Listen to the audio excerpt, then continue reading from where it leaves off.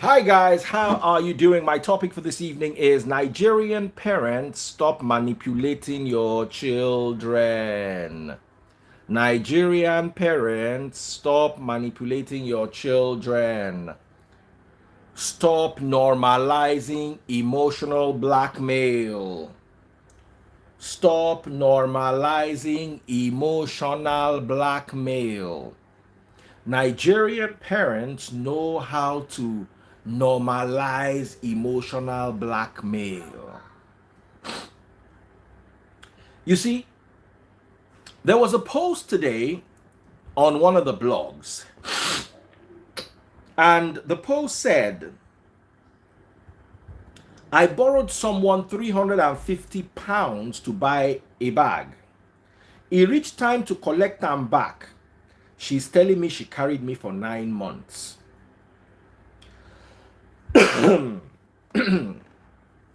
Obviously, he was talking about his mom. And here's my comment. My comment was, let's be careful what we normalize.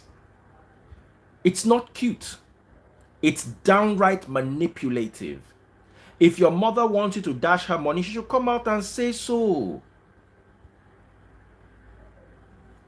And a lot of people had issues with what I said. And I want to teach you today a few things. You see, the Bible is an amazing book. And the Bible says, honor your father. The one I saw on my own page was 300. Go to my own page, was £350. Whether it is 40k or £350, so many people have revised it. Before I go to scripture, I always like praying so we can get God's wisdom. Heavenly Father, I thank you for all you've done. I thank you for gathering us. I plead with you to speak through us, with us, and to us, O Lord, in Yahushua's name. Amen. If you go to the scriptures are very clear. The scriptures in the book of Ephesians chapter 6 and verse 2 say, honor your father and mother, which is the first commandment with a promise.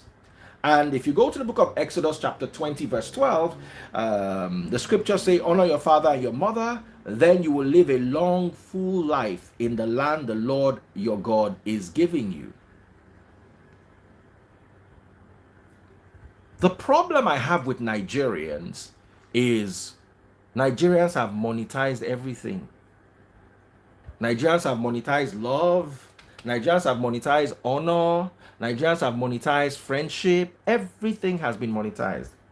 If you go to the dictionary, the word honor is described as high respect, great esteem. This portrait hangs in the place of honor. Honor your father and mother, treat them with great respect. But I want to ask you, when someone is being manipulated, do they deserve respect? Somebody came to me and said, Daddy Freeze, my problem with Nigerians is they want a better Nigeria, but they overlook the issues that made Nigeria bad. They want Nigeria to be like the UK. But then if you start telling them that, come, these are the way things are done. Yeah, that's what more people, we are Africans. You are Africans that are jackpying. There are 203 people watching me on Instagram alone. I can guarantee you that 90% of the people watching me are either already abroad or on their way abroad.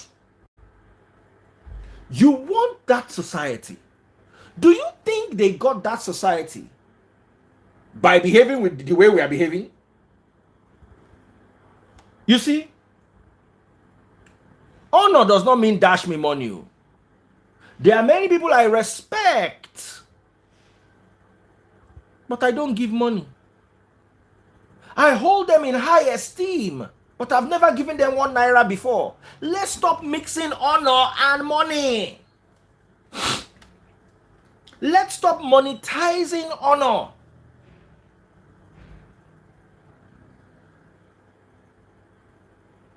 Nigerians don't like the truth. Somebody called me up and said, Daddy Freeze, it's just money. It's just money now. It shouldn't be an issue. It's your mother. She borrowed money from you and she doesn't pay back. She doesn't pay back. Borrowing money and not paying back is what ruined Nigeria.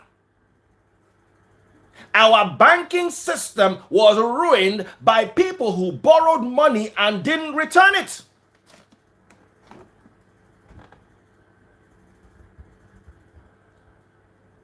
Hello? Our banks were literally ruined in this country by people who took. And where does the mentality come from? He's my son, I can borrow money, I don't need to pay back. Hey, is it not my brother? Were we not the one that gave him money to get the license? We can borrow whatever we like.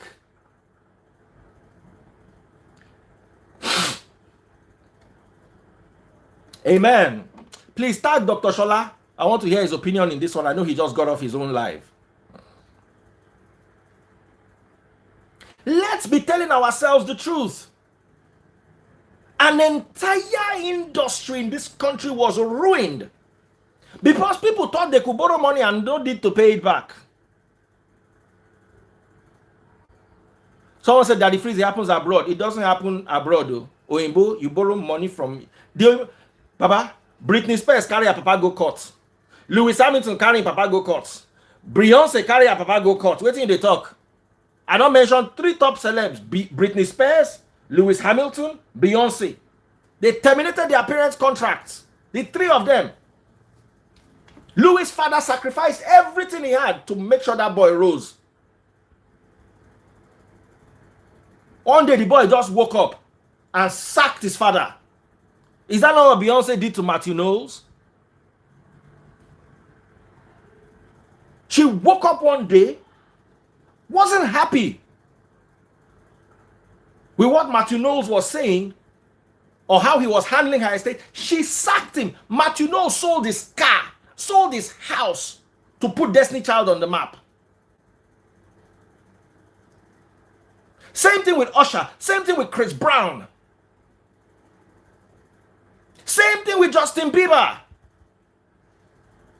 You are my mother. I love you. I honor you. Does not mean we must do business together. I'm telling you something you are telling me is possible. I've mentioned 5 people. Britney Spears, Lewis Hamilton, Serena Williams, Beyonce, Michael Jackson. Who else? Usher, Chris Brown. They all worked with their parents, and at a point they felt that no, I'm not going to take this. You are my mother, but I'm not going to take this from you. I sack you. And they were sacked. The only relationship that stands till today between mother and children is the Kardashians. Because the Kardashians, what's her name? Kim Kardashian's mom, runs the empire like a business, respects the children, respects their decisions, work with them. She's the only one that survived it, that she's still their manager.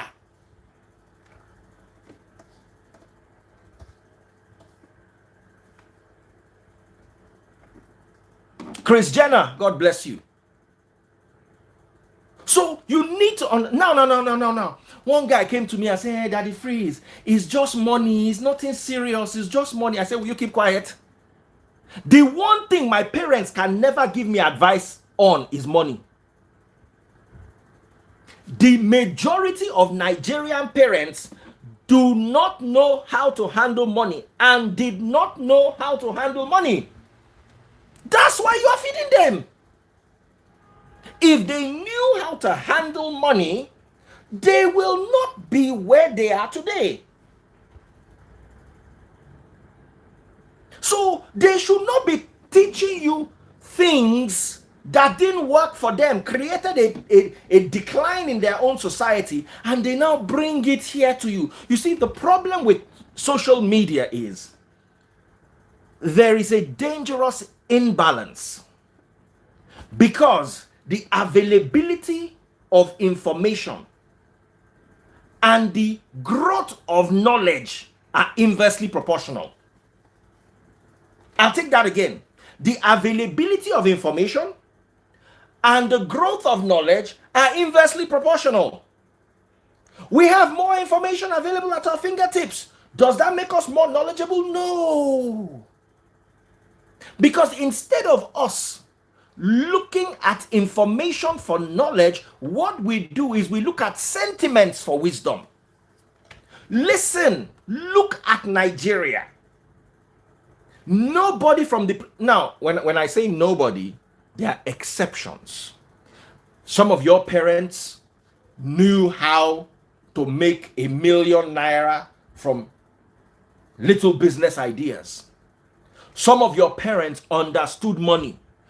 Your parents that understood money are maybe 2 to 3% of the population. The rest of them lived hand to mouth, and then they'll be giving you advice on money. Listen, no, do you know that have you ever worked in a bank before?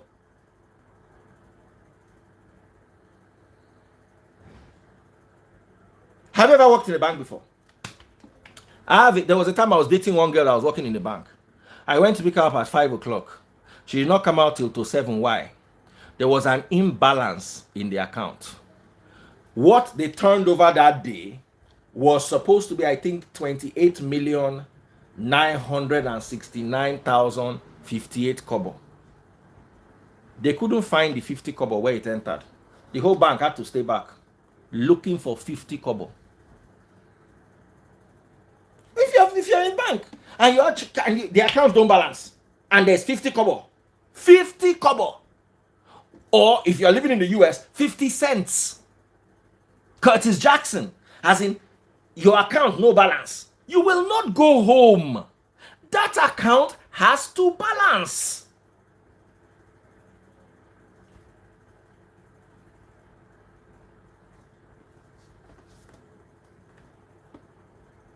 Amen. Someone said we did it all the time. You will have to work till you get that balance. So your mother asking you for 350 pounds, it's not a problem. My mother can ask me for 350 pounds. It's not an issue. My mother worked for me. She took care of me. If she needs money, she deserves it. But you see, you now need to understand that. Let me give you an example. I call Remy now. Let me call Remy. If I say, Remy, dash me 200K. A friend of mine called me the other day and said, Daddy Freeze, dash me 200K. I said, Baba, I no get 200K, now 100K I get. I sent him 100K. But if he had called me and said, borrow me 200K, I will be obliged to give him that 200K, believing that he's going to pay back. That is obtaining money under false pretenses. You are telling me you are going to borrow the money. You are telling me you want to borrow the money, but you want me, but in your mind, you want me to dash you. You are using borrow mentality to collect dash. Dash, if you want me to dash you something, I look at my account. I look at my priorities. Let me give you an example. There was a time, a friend of mine, I won't tell you who it is. It even happened to me the other time. My car was at the port. I needed nearly 20-something million to clear it. And somebody was asking me for 200K. And the money I had in my account was for my car. And the person said, Daddy Freeze, do you want to tell me you don't have money? And I said, I have money, but the money is meant to do something. There was a time when I was bringing in a car and it got stuck at the port. It was around that NSAS period. First of all, the sheep could not birth, then the sheep birthed. In demurrage, I paid nearly ₦1,000,000. You know what demurrage is? Because you could not get your money to get the car out, or because the car too. And Nigeria does not send you. As long as you cannot get the car out on time, they will bill you for it. So, because I have 20 million naira in my account, does not mean I have 100,000 naira for you. Don't make that mistake. If you work and save money in my hand, you can tell me how to spend your money that is in my hand.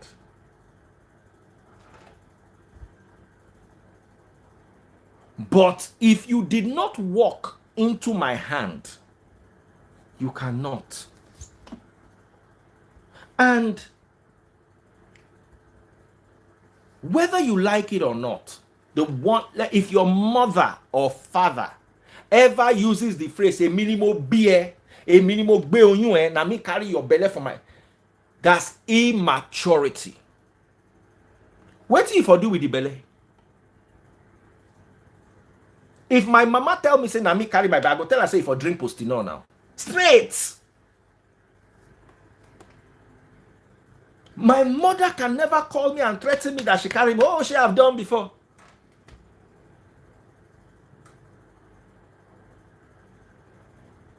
Well, you have done before. It's not an achievement. My wife too carried my children.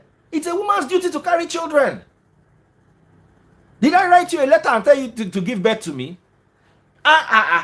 One of my friends told his mother. The mother said that thing. Hey, he have for no born you, blah, blah, blah. The papa said, you lucky. Say, I no see the house where they come. You think say they come this earth, I see house, now your house I go come. They begin to beat the boy for who that day. He said they suffer too much. They come, they still threaten him on top the suffer when they suffer. Say, look now 4 o'clock, he never chop breakfast. And then they threaten and say, come. Now what would be this way he come? I wanted to die of laughter. It is immature of your parents to threaten you with emotional blackmail. I'm the one that gave birth to you. Who forborn me? Cockroach? Rat?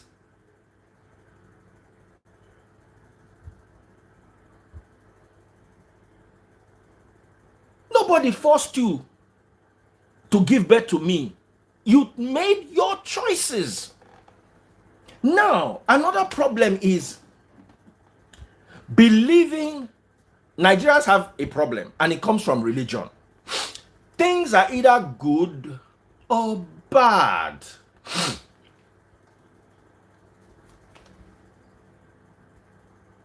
Things are either good or bad. There's no in between. Nigerians are very good at that. One guy, now, Ike, what's his name? The actor, Ike Ogbonna, made a post that made it to Linda Ikeji's blog. Let me read this post to you. He said, "Dear brothers and sisters, respect and honor your parents always. Many parents are not where they meant to be because they sacrifice their personal growth for yours. It's time to pay them back." And somebody now tagged me because of my comment earlier on. This is what he said. I want to look for the exact tag so I can address it carefully. Sorry, I'm looking for the person. The person actually went out to tag me inside it. And that's what annoyed me more than anything else inside this thing. Because I don't feel that you have a problem with a certain narrative. Don't tag me inside. I can't find the tag. Oh, chai. That means say don't go down. So the person came and said, hey, I will do anything and everything for my parents. My mother sacrificed everything for me. My mother did not sacrifice her career. My mother is on the peak of her career. My mother is one of the only few female vice chancellors in Nigeria. My mother is an achiever. As I'm sitting down like this, do you know how many times my mother has called me that she's on the way to my house, and then she called me that she's no longer coming to my house, she's going to Abuja? This is how I look at it. If my mother tells me she's coming, my mother, My mother that said we'll meet in the UK. I got to the UK. My mother said she's on her way to Germany. If I need my mother 2 weeks from now, I will begin to tie am down from now. My mother is at the peak of her career. She did not sacrifice her career. She sacrificed for me, but she did not sacrifice her career. I don't think she could have done better than she did now. Someone said, I grew up with a European culture. European culture sometimes is better than our culture, especially when it comes to finances. European culture is better than our sentimental, emotional culture. And I'm going to get to that. And I'm going to continue here. My mother the first time my mother asked me for anything in my life was this year. I went to see my sister in the UK, in Milton Keynes. As soon as I got there, we now went out to get some stuff. My mother now forgot her wallet. She now saw 2 cute little earrings that she liked. Everything was about 200 pounds, or a little less than 200 pounds. My mother said, yes, buy for me. As she said it, I jumped and quickly paid. You know why? Because she has never asked me for anything before in her life. That was the first time my mother ever asked me. And it was because she forgot her wallet at home. Normal, my mama that I know, I have traveled to Romania with my mother as I old like this. I'm talking about 2018. We traveled. Before we got there, my mother had rented the house. We stayed in the house that my mother rented. I came with money from Nigeria to pay my own bills. Only for me to land in my room. I went to bed. I slept because I was tired. They came like 3 days before I joined them. It was when I wanted to renew my passport in Romania. So I slept and woke up late, around 10 o'clock. I just woke up and saw money beside my bed, $1,000. I said, waiting with this. I now saw a note for your expenses. Not only did she pay for the accommodation and the food, she can't dash me money. Guess what? I came back to Nigeria with that $1,000. Because any shop we enter, if I pick things, she will pay with her credit card.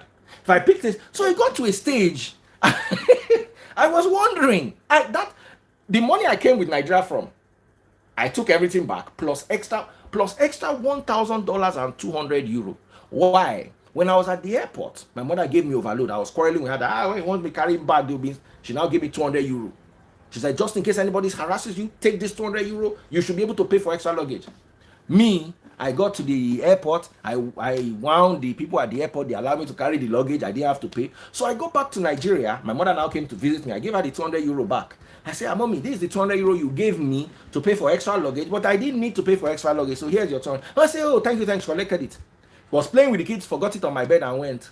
I now called her in the night. I said, Mommy, you forgot your money on my bed. Mama said, that means I was not supposed to take it in the first place.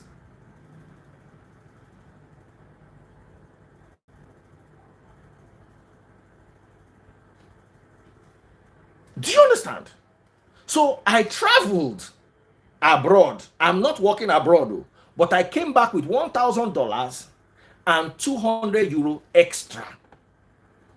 So I don't understand. I don't come from the kind of environment where my mother had to sell akara so I can go to the university. So I can't appreciate what you went through. I'm sorry. And not everybody's narrative is yours. Nigeria is dominated by poverty and poverty narratives.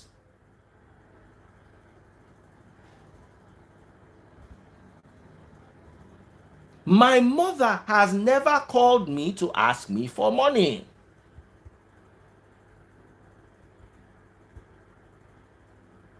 I'm sure Davido's father has never called him to ask him for money. So you should not always listen. Sometimes you need to understand that you grew up in poverty. Your mentality is poverty mentality. Change it.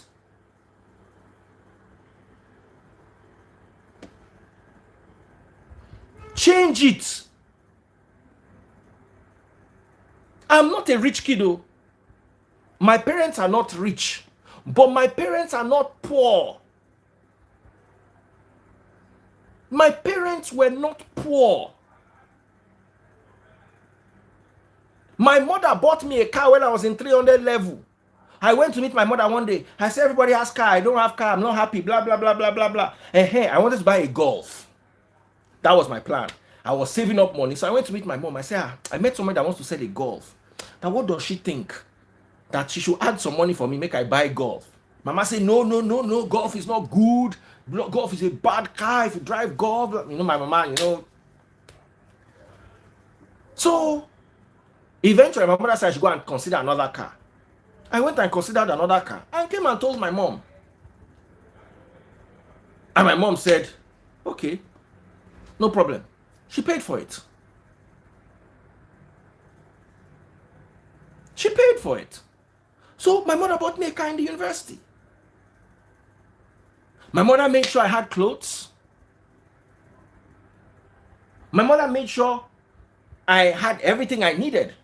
And she did the same thing. My mother has 4 children. There's none of us that my mother did not buy a car for. All of us. The ones that schooled abroad, when they came back to Nigeria, they got car. And my mother paid those. I have 2 sisters that schooled abroad. My mother paid their school fees abroad. So, someone said, lucky you rich kid. It's not rich kid. I am not poor, and don't force me to think like you because you were born poor. You should get out of that mindset. You should get out of that mindset. That was my grandfather's mindset that he gave my mother. And my mother's mindset she gave me. My father, on the other hand, all my father did as we're growing up was building property and acquiring property and property. That was his mentality because he came from poverty. So he had poverty mentality. My mother did not come from poverty. My mother's father was a lawyer. My mother's grandmother was an accountant. My mother's grandmother,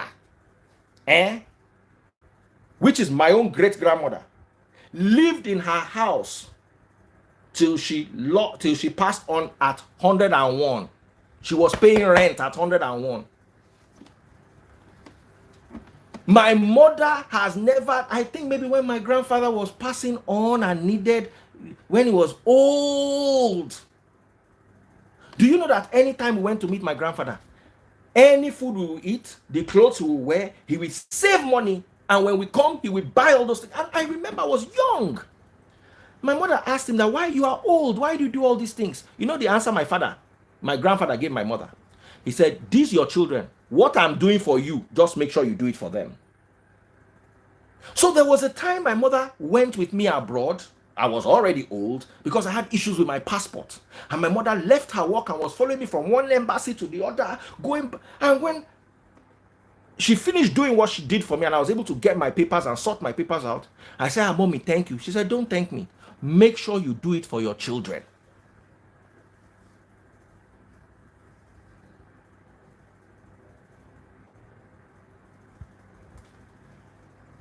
Hello?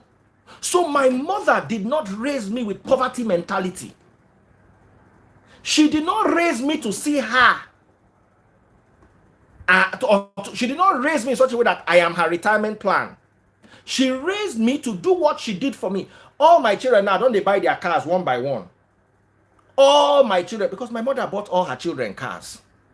So if my mother says what she did for me, I should do for my children, I'm not even sure. Because my mother sent children to study abroad when we're living in Ibadan. One of them came back home with a degree in economics. She has a PhD now. The other one is a medical doctor in the UK. My mother sent her through school.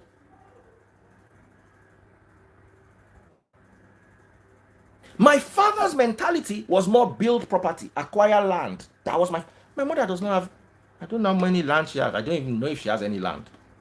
My mother invested in her comfort, her development, and her children.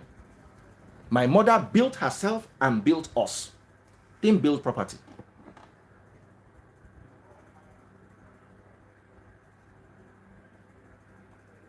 So, you see, sometimes the fact that you are poor does not mean that you should have poor mentality. Some of you are rich but still have poor mentality. I'm not saying don't take care of your children, but I think it is wicked for you to believe that your children are your retirement plan. The next generation will continue to be dragged backwards if the previous generation is not holding forth.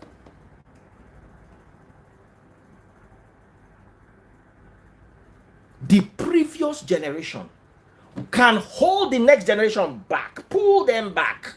And that is Africa for you. Now, I want to talk about my cousins abroad and my cousins in Nigeria. Comparison. Every single one of my cousins abroad were raised with the mentality my mother was raised. First of all, my mother's father has 2 children. 2. My mother has only 1 biological brother. During my mother's time, they born 2. And that is how many of them were. Just 2 kids, 1 boy, 1 girl, finish. When you come Nigeria, I don't have any cousin in Romania that they are 3. Is either 1 or 2. And I can start mentioning my cousins one by one. Plus all my neighbors. My friend that was my neighbor in Bayamare that ended up becoming the mayor of Bayamare, Alim. It's just him and his brother Machian. My cousins, Gina and Darian, those are the only 2 children their parents have. Adina, only daughter the parents have. Teona and Taisia, 2 kids. That is how every single one of, I don't have any cousin that they are 3 children. They are either 1 or 2. Now, what does that mean? It means resources are more evenly distributed.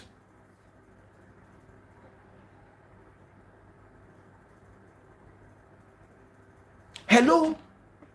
The little resources the parents have, by the time all these children are getting married, they all got houses. All my cousins that I remember are getting married, their father will buy them house or give them half of the money for the house or pay the down payment for the house and they'll be paying the rest.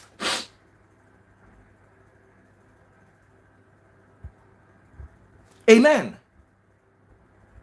So, on my father's house side, I don't know anybody that has less than 4 children. I don't have any. Okay, one of my uncles, Gabriel, has 2 sons. That's the only one that is like Wimbo. Everybody else is 8 children, 9 children. I have cousins that are 11.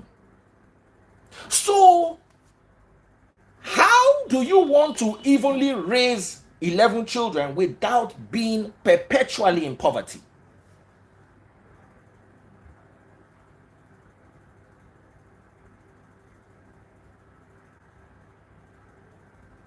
Amen. My mother's father was not rich. He wasn't wealthy. He was comfortable. My mother is not rich. My mother is comfortable. My mother's priorities are different from the priorities of other people's parents. That's the difference. I have more than 2 children because I married more than once. And I also grew up in Nigeria. And Nigeria also entered inside my brain before I was able to shake it out.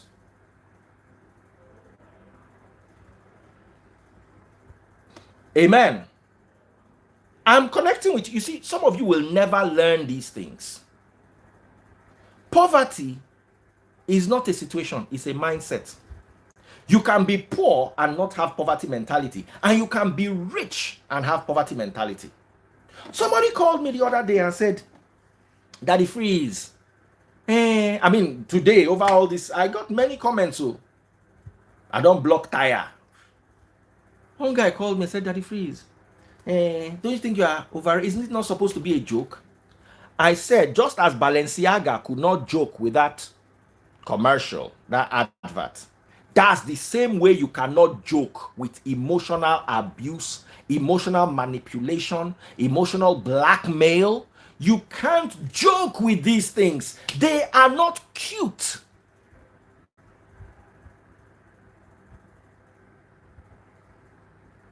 If my mother needs something, now my mother has given me everything. If she happened to need something, I will run. But one thing I love my mother for is my mother will call me and ask me if I can do it. She will not manipulate me into doing it. That is a very big problem. Our parents were damaged by, they thought they were brought up by they were not brought, they were damaged by their parents. And they transferred that damage to us via culture. The damage of the previous generation, the generation, was transferred to us. And it is unfair. Do not manipulate me. I'm not a stingy person. No. I am very cautious with money. Doesn't mean I'm stingy. I don't like begging people for money. I don't like being in a tough situation where I have to beg somebody. So I watch my pennies very carefully. If you want something from me, I will budget for you. I will include you in my budget. And let me tell you something. It follow why my relationship with taste buds they work. One day, let me give you an example. I'm going out to buy stuff. Taste buds now said, one of my customers needs this. Help me buy. One of my customers wants to do a picnic. Help me buy 20 loaves of bread. If she asks for a loaf of bread, I can buy it and add it to what I'm buying. 20 loaves of bread. What bread now 1K. So imagine 20,000 naira bread. Then she'll give me a long list. By the time I finish buying everything, I could have spent 60K. So when I go to pay, she'll give me her ATM card. And I want to buy maybe 10 bottles of Budweiser that I'll be sipping jeje when I'm watching TV. So I put my Budweiser, I pay with my card. When I'm done, I put her own stuff there, I pay with her card. Does not mean I don't give her money, does not mean I don't dash her money, but I don't mix money. I don't mix business money with house money, with personal money. Some people don't know. They just spend money, then they get stuck somewhere, then everything now starts. I never get confused with money. As they see me so. I know where my every 1 naira is. I know where everybody who is owing me, I know everybody who has paid me. It's very easy because I don't mix it.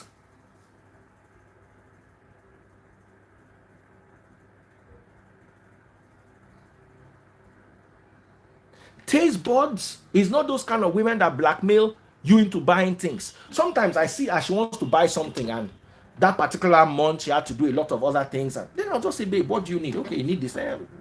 Let me chip in for you, or let me do it for you. It's not a problem. But you see, I will not be manipulated. The moment I see the hand of manipulation, I'm going to go sit down, they look you. Sit down, look. I good at them. Now, I was once in a relationship. I'm not going to mention the relationship. I've told this story before. With somebody that did not know how to manage money. Sote, my money they always lost. My money they always lost for house. Do you know right now? I've not complained, and I've grown up children.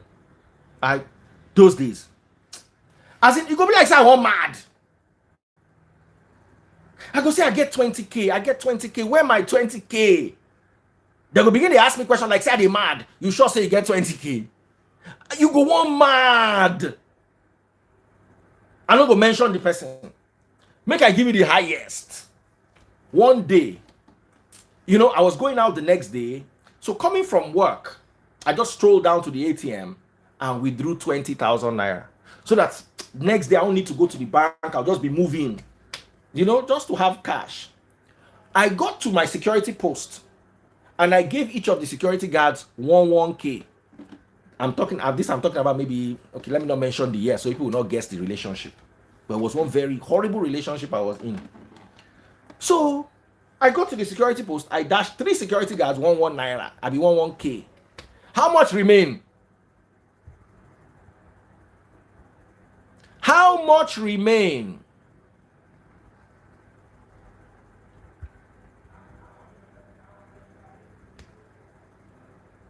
How much remain? I won't make person answer me.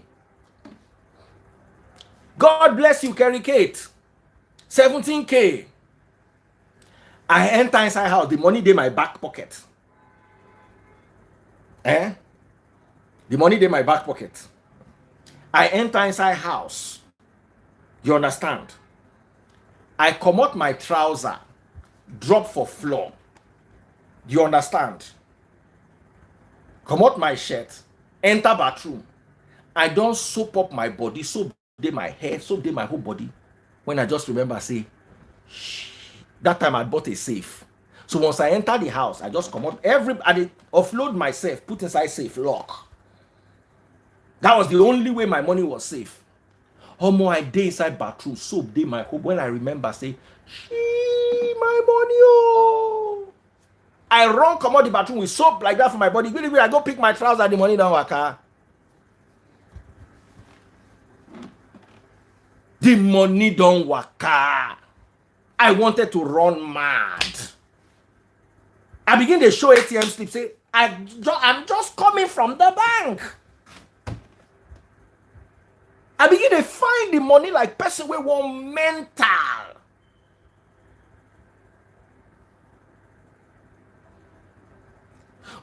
Why did I even buy safe? I remember that day. I can never forget. My money they lost. My money they lost. My money they always lost. My money they always lost. My money they always lost. My money they always lost. Let me tell you, my children don't know how to ask for money. And they don't take my money. Sometimes I will just look at them and say, do you have any money? They will say no. I say, why didn't you ask? I think it's only Amarachi that knows how to ask. Amarachi will send me, Daddy, I need this, I need this, I need. And they try to be as honest as possible. Children always have their own devices, but they always try to be as honest as possible. I will not lie. The other day, Amarachi gave me a bill of 50K. Then she called me back yesterday and said, that thing is not 50K, it's actually 15K. Should I send you back your money? I said, no, keep it. Then give your friends, because I talked to her friends on the phone. I said, give your friends 5K. Nah, out of it. You guys should have fun or sit. Do you understand? Then, hey, one day I nearly ran mad. I went to buy safe. The person I was in the relationship with, I now taught the person the combination of the safe. My money still dey waka.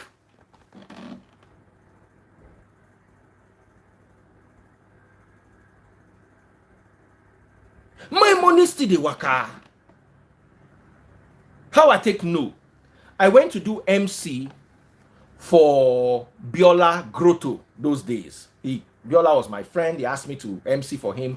So when I was done MCing, Biola no fit pay me.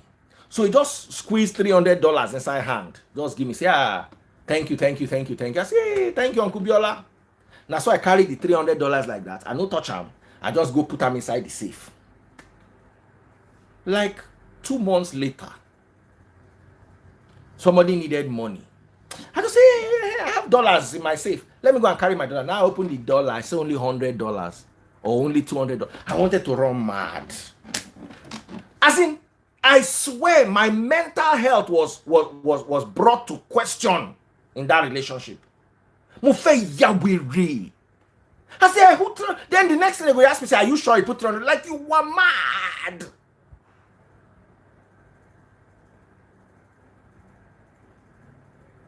I wanted to run mad. I nearly jumped from building, saying, where's my money? That day, I just changed the lock. I no can't tell anybody my lock. My money no come miss again. I can't know who they behind them.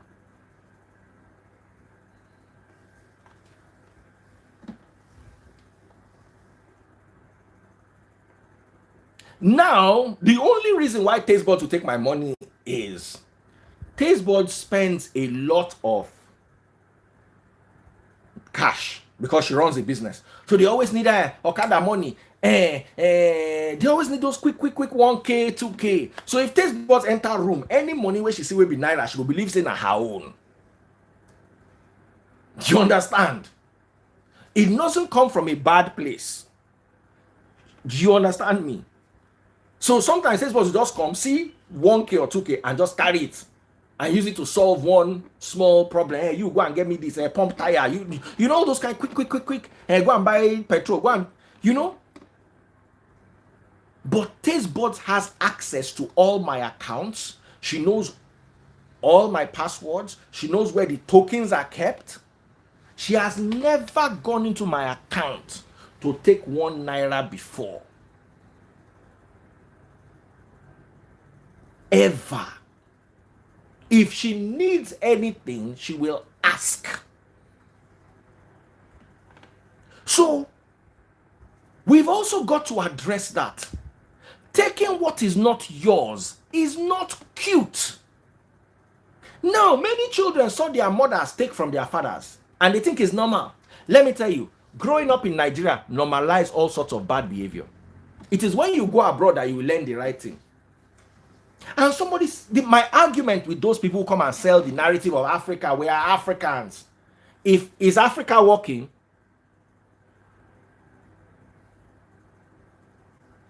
Is Africa working? I'm asking you, is Africa working? Oh no, we are Africans. Our mothers manipulate us and we love it. Is Africa working?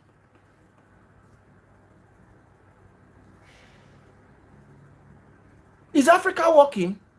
When you run away from Nigeria, why don't you run to Cote d'Ivoire? Why do you run to Canada?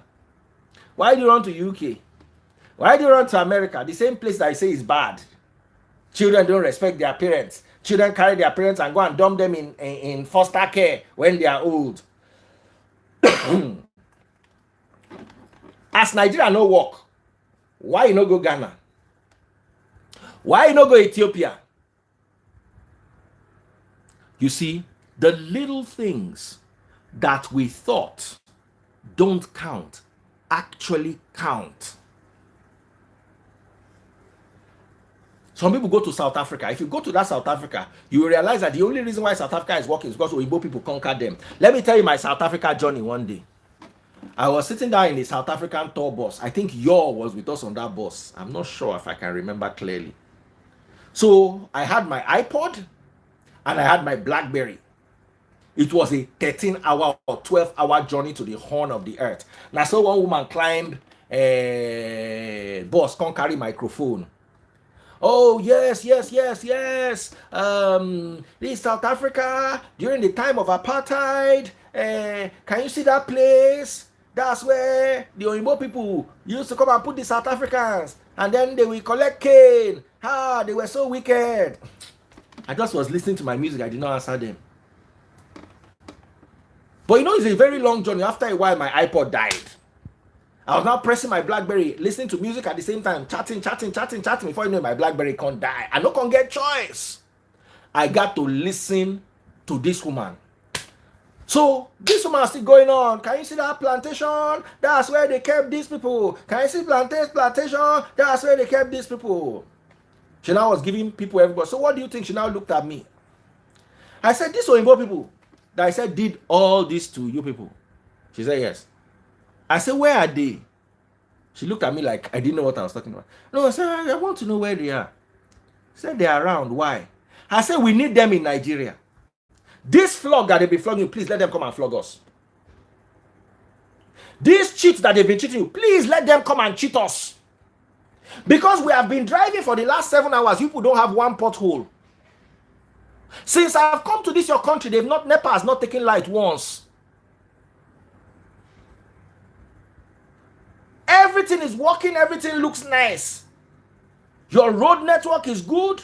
You have constant electricity, and you are here crying that please, in Nigeria, we need if it is flooding that you people collected, and they gave you this road, and they gave you that light, and things are working and your airport is fine the way it is fine, please come and flog us.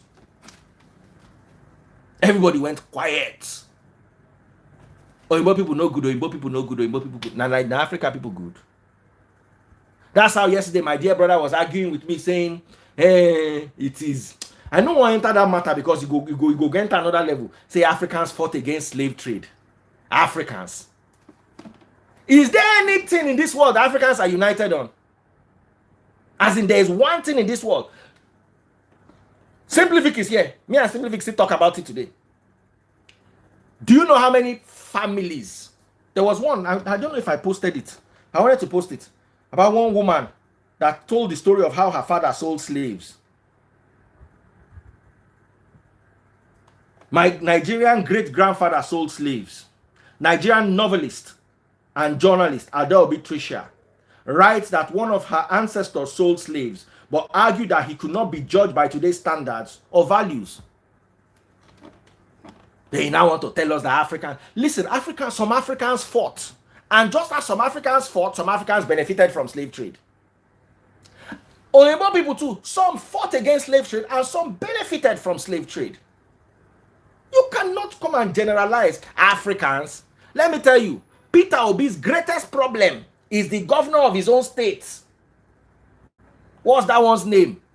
Charles Soludo. Same state, same Igbo, same brother, same government. You want to tell me that Africans can come to... Have you ever seen Africans come together before? Ever. Igbo people cannot come together for Peter Obi. You gonna say, Africans come together. Let's stop. You see, I understand the African narrative. And I understand that, yes, some Africans actually stood up and put up a fight. But I will not sit down here and indulge in self-deceit and denial of reality. Did Africans have boats to fight the Europeans on the sea? Let's be telling you. Was it even Donald Duke? I'm not sure. I stand correct. I was watching. He said his parents, his grandparents, or his ancestors also sold slaves. Simply, if he correct me, I don't know if it's if. So, you need to understand that the African narrative is problematic. And we have normalized so many things. My problem is it has not worked. Listen, the Japanese have traditional, the Chinese have traditional, but it is working. The formula of Japanese tradition and Chinese, Singaporean, South Korean, these people are very big on culture. Indian, they are very big on culture, just like Africans. But you see, their societies are working. Our societies are not. So there's no reference point. Yoruba people say, Ento mama dash of funyo, tare lanwo. Person will go so cloth for you. No beyond cloth, you go first look.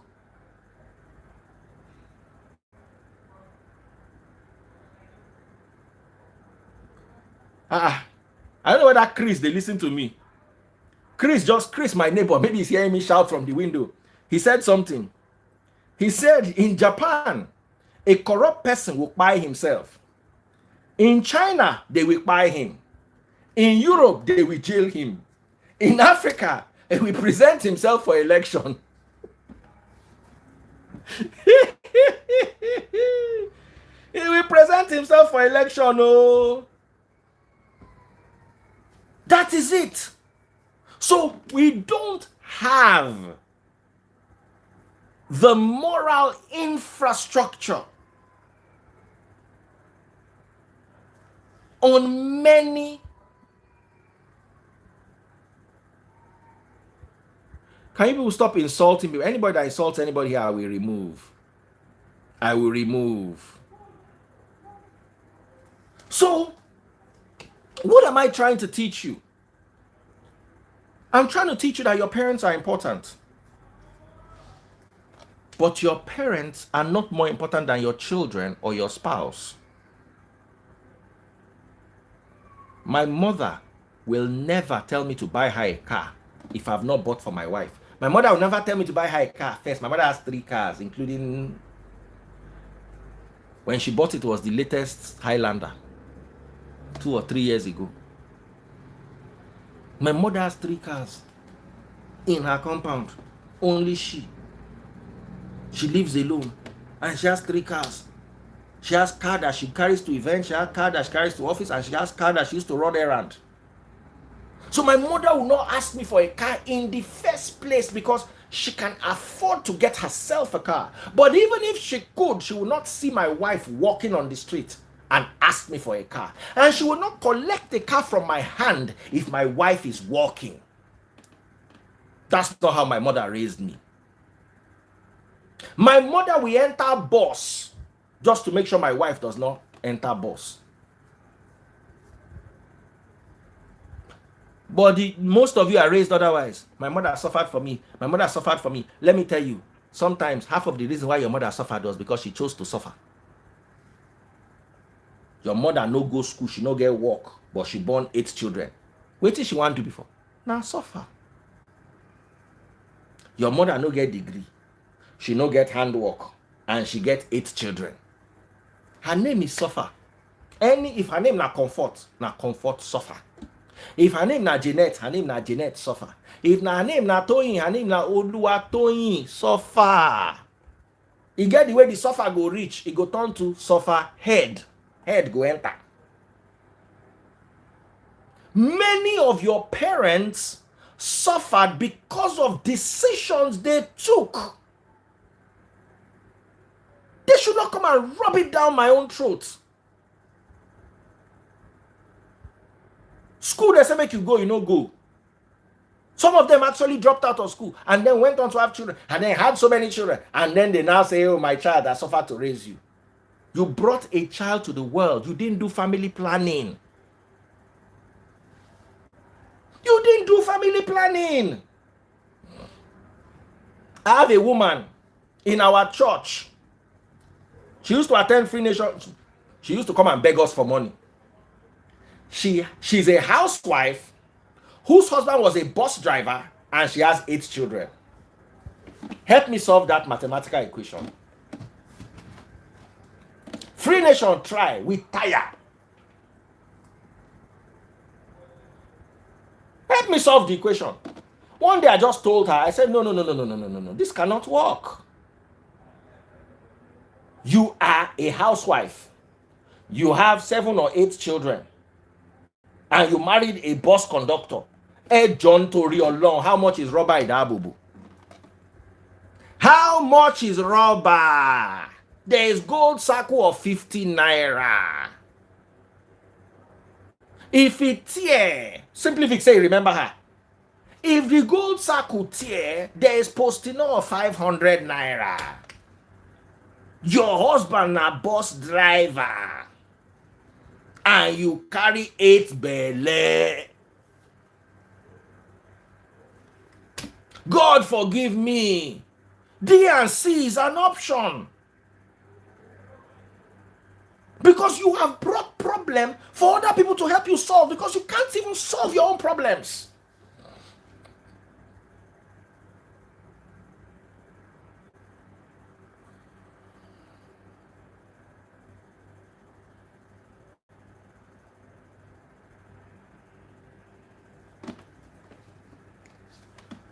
Think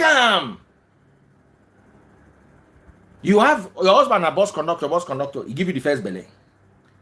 He give you the second belly. He give you the third belly. He give you the fourth belly.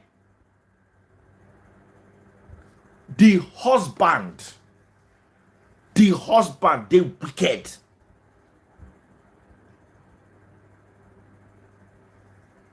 You are wicked.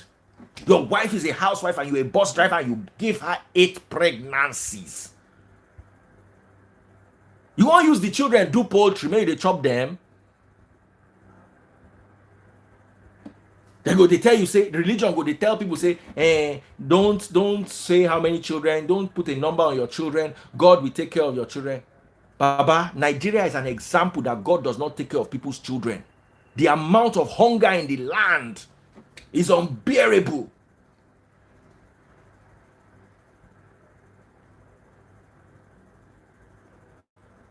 Another thing is the mistakes of previous generations. Do not let your parents project these mistakes into your generation. I was discussing with Taste Buds. We've had a show about it. Remy was with us. What's the best time for a person to marry? The best age is between 30 and 40. The best age for a woman or a man to marry is between 30 and 40. Hello? The best time for a child to marry is between 30 and 40. All the way from 31 to about 42. That is when you should marry. It's advised that you do so from latest by the time you are 35, so you can have children till you are 40. Maybe you have 2 kids or 1 kid between 35 and 40. Chike Kevin say, oh guy, you too talk. The problem be say the sieve wey dey inside your papa head, wey dey porous, because I just dey look your head be like improper fraction. You need to see this guy the way he be. His head be like this, like a triangle. You know, let me just leave you. Please, let me go back to where I was before foolish people for TikTok begin to derail me. Where was I, please? I've lost my train of thought. Can somebody remind me? The best age to marry. You can never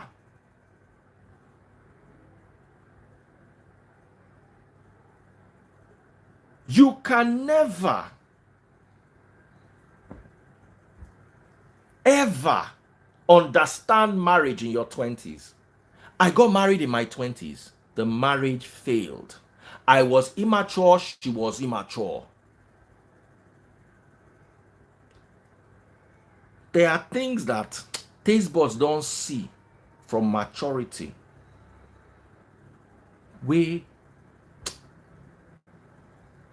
She go think there was something Angel of Big Brother said. She said that only a stupid husband or a wicked husband will come and ask for intimacy 3 weeks after what is it called?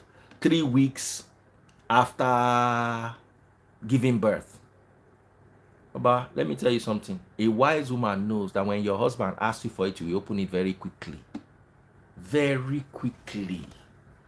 Some women will do small complaint here and there, but they will not deny you. Any woman where they deny me, not to me without figure to say you deny me. Something where you know say I know if you go collect outside, you can't they deny me. You understand? My ex did not understand this. And it was an issue. It was an issue. I'm not saying chase your woman 3 weeks, but what I'm trying to get is intimacy. Me, when I young, when I did my 20s, oh, if you give me 10 women, I clear all. The next day I ask you, give me another 10.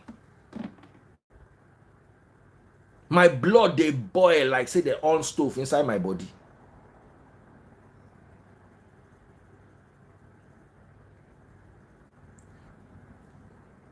It is medically discouraged due to their health. It is medically discouraged, but psychologically encouraged. I will explain it to you. Having children requires a level of maturity people don't have in their 20s, except maybe in their late 20s.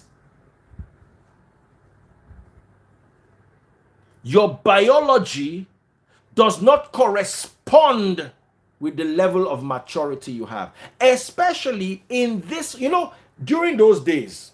By the time a woman is 13, 14, she don't learn her mama trade. A young boy, by the time he's 14, 15, he's old enough to marry. In those societies, once the woman starts a period like this, the guy too, once he don't they gather small beer for blockers, he's old enough for marriage. You understand? In today's world, now when you marry, you still live with your parents, you probably live in your father's compound, so there's that whole family, and then there are ideologies proper put in place, there's tradition, there's religion, there's so much to guide you, to help you form your decisions. Today, your parents did not even do their job as parents to raise you properly and teach you things. They don't tell you, pray about it, God will give you a revelation. God, they teach person doggy. And they ask you. So at the end of the day, your pay those days, now your papa go teach you. Calabar people go and ask them. They had fattening houses. What do you think the women went there to do? To eat egusi and edikaikong? They were taught how to bench.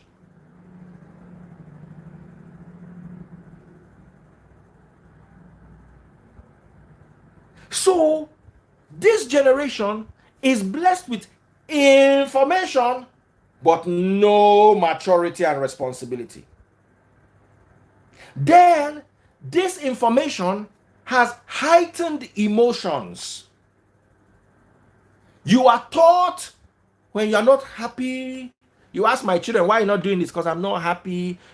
Those days your parents tell you to do something. They're not born you make you tie face. People they collect on top say you tie face. Your parents they talk, you talk back. You are talking back, you go collect.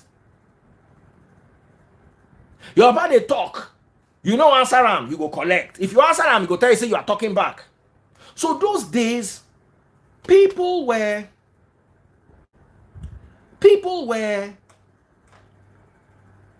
more mature because society helped them to mature quickly, helped them to push emotion to the background. I'm not saying it's good because humans then were raised they were raised emotionless. Today, over emotion.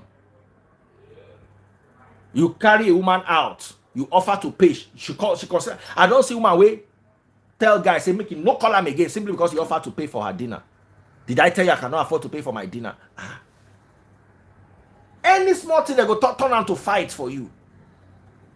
So until you've been through a few relationships, you will enter that 20-year-old marriage and you will wreck it. Because you don't have the mental capacity. You might be brilliant, you might have your PhD, or you might have a 2-1 or a first class in your school. But when it comes to marriage, you need certain things in place. God bless you. Maria Ehigiato sent me 1,000 stars. Thank you for encouraging me. Lisha Van Ikuku and Obiora Mek. Thank you guys so much. I don't even tell you how to send me stars. It's so easy. You want to send me stars, just go to your Facebook account. Oh yeah, all of you that are watching me now, go to your Facebook. You on TikTok, YouTube, all of you. Go to your Facebook. When you get to your Facebook, top right hand corner, search for Daddy Freeze, DADDYFREEZE. If you're enjoying the message, go and buy stars. Click on my account. My account is the one with the verified handle. It has about 749,000 followers on Facebook. Just go there and get me some stars if you're enjoying the message. So, biologically, a girl is ready to have children by 20. 20 is the prime period for you to have children. But let me tell you, unless you want to have children and marry later, I wouldn't advise you to have children at 20 in this dispensation. I would advise you to have children at 29, 30, 31. I was having this argument with somebody the other day. He said, Daddy Freeze,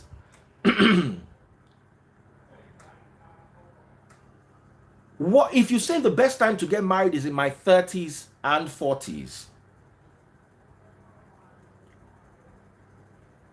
What if I want to have children at 29? I said, have the children at 29 and marry at 40, at 30 something. Don't enter a commitment you are not ready for. People can have kids. Don't let kids be the reason why you marry. Because you will marry for the kids, you will walk into the marriage and come out at the other end burnt.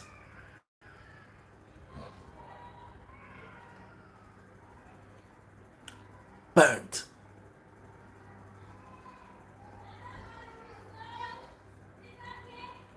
So, why am I saying this?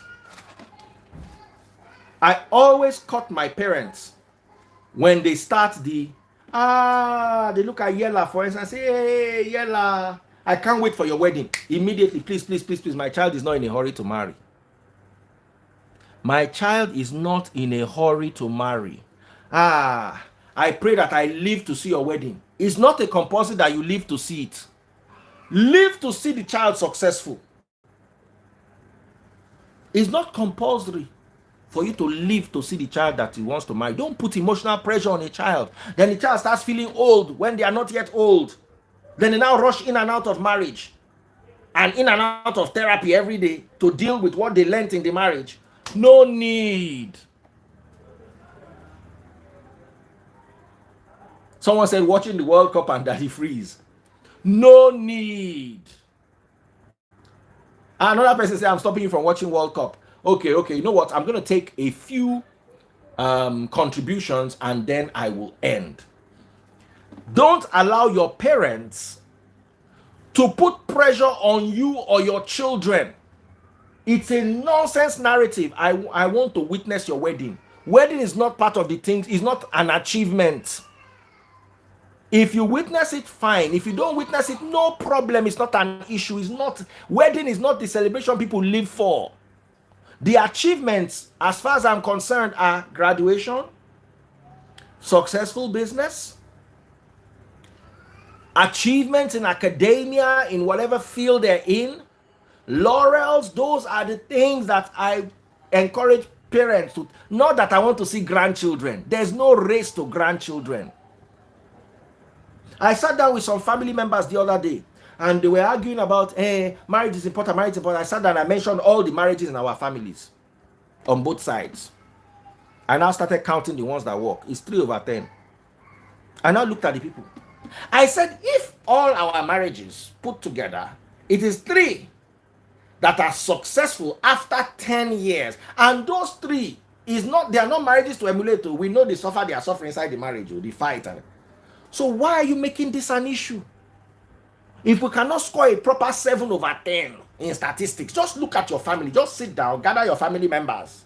Write every family member you have that is married. Then write out of those people that are married, how many of them are enjoying their marriage. You'll be amazed that out of your family of 20 people, for you to gather 5 couples that you can see that, these people have a marriage to emulate, you will struggle. Some you will not even be able to gather 8 people that are still married after 10 years out of 20 people. I want to see your children before I die. Please die.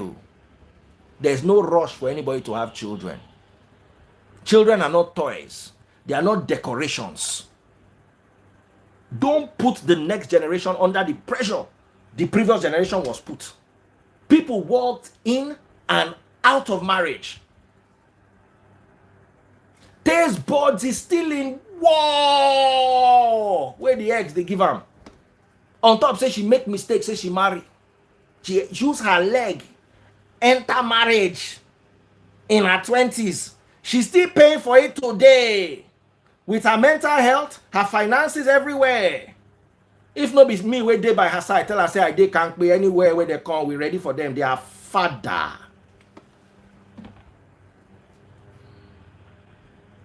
It's good to have kids on time. I disagree with you. What are you having them on time for? Are you selling them? Have kids when you are emotionally, psychologically, financially ready. There's no on time there. You're not rushing anywhere. Have them when you are ready. Society will fool you into telling you this is the time. Let me tell you, having children is a crazy responsibility. You don't understand how responsible you have to be when you are ready to have children. You think oh, I'm gonna get a Budweiser from the supermarket and I'll just have a baby while I'm at it. You think that's how it is? Your life will be put on standstill. Your career, your decisions. You can no. Have children when you are ready. Get married when you are ready. If you are ready at 23, marry at 23. Psychologically, emotionally, financially, physically. If you are ready at 33, marry at 33. If you are ready at 43, marry at 43. Nothing will happen to you. There's no rush anywhere.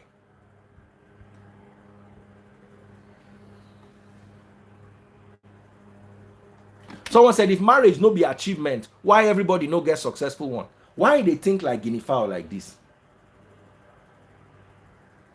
They say that think where guinea fowl no sabi think. Now you no let am get feather for head.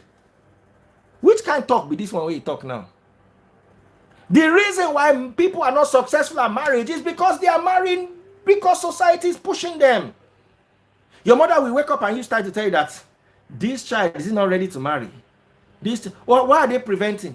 They are preventing promiscuity. Listen, when you are inside a bad marriage, you'll be promiscuous in the marriage. It's worse. It's better for them to be carrying your daughter to go and sleep with and bring her come and drop in your house than for them to carry her and go and sleep with and come and drop her in her husband's house.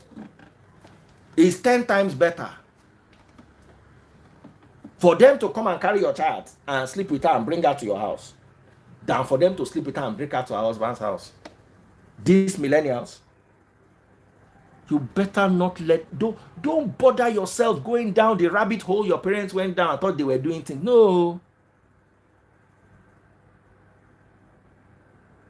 If you are not ready, readiness I have given you physical. You have to be ready. You have to be ready to open your leg when your husband calls you. And you have to be ready to enter the leg when your wife calls you. Physical. The physical things a marriage needs, you have to be able to have them and provide them. Are you ready? If the answer is no, leave it. Financial. Emotional. You are going to be living with one person. You have to be able to deal with their emotional needs and manage yours. You have to be emotionally, psychologically, physically, and financially ready for marriage. If you are ready by 25, good. But I don't believe anybody can be ready by 25, especially in this Nigeria. You have to be at least 28, 29, 30. If I didn't marry my ex at 25 and I got married at 33 or 34, it would have been so much better.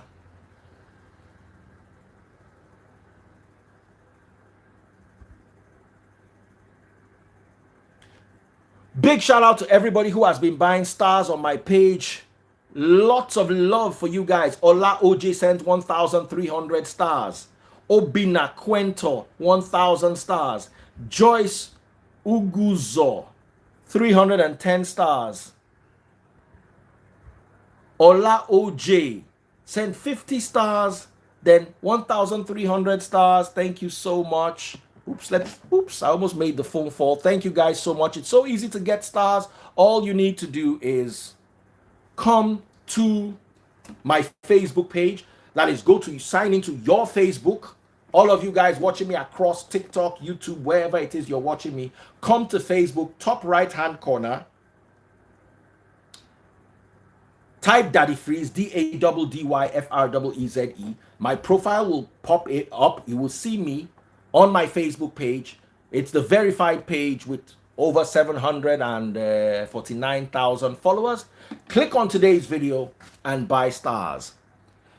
If you're watching on TikTok, send me gifts. Oh yeah, all of you on TikTok that are enjoying the message, you start sending me gifts now. Leave everything you are doing and send me gifts. TikTok.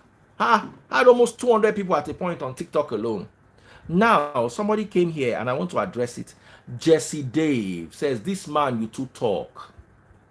My problem is you are intellectually challenged.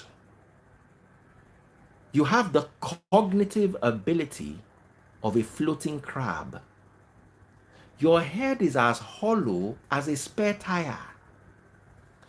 The contents of a spare tire, however, are far more valuable than the contents of your head, because the vacuousness of your being is clearly displayed in how you think, talk, and act.